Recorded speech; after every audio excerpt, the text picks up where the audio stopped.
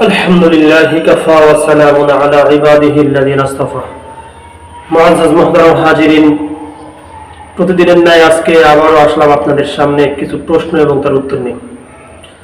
আজকে সেই সৌভাগ্যবান ব্যক্তি যিনি প্রথমে প্রশ্ন করেছেন, সিরাজগঞ্জ থেকে মোহাম্মদ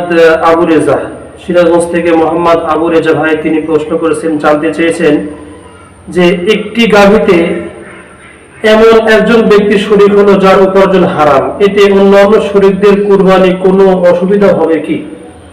অর্থাৎ আমাদের দেশের সচরাচর ভাগে কুরবানি করে, যেমন 7 ভাগ সর্বোচ্চ, এটা হলো জায়েজ পন্থা।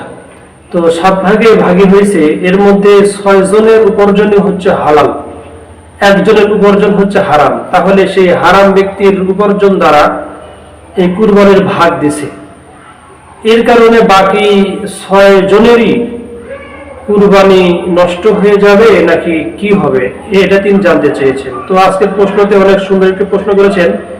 সেই প্রশ্নের উত্তরটি হচ্ছে, যদি কুরবানির পশুর মধ্যে এমন ব্যক্তি শরীক হয় যার পূর্ণ বা অর্ধেক উপার্জনই হারাম, যার সম্পূর্ণ উপার্জন হারাম অথবা অর্ধেক উপার্জন হারাম, তাহলে কারোর কুরবানি সহি হবে না। খুব গুরুত্বপূর্ণ একটি প্রশ্ন।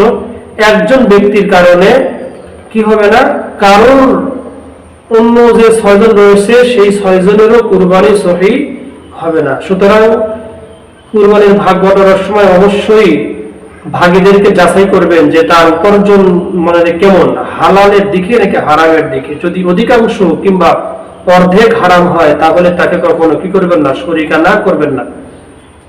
একজন ভালো মানুষকে শরীক করবেন এবং সঠিকভাবে সঠিক উপার্জন দিয়ে এবং সঠিক অর্থ দিয়ে কুরবানি করবেন ইনশাআল্লাহ।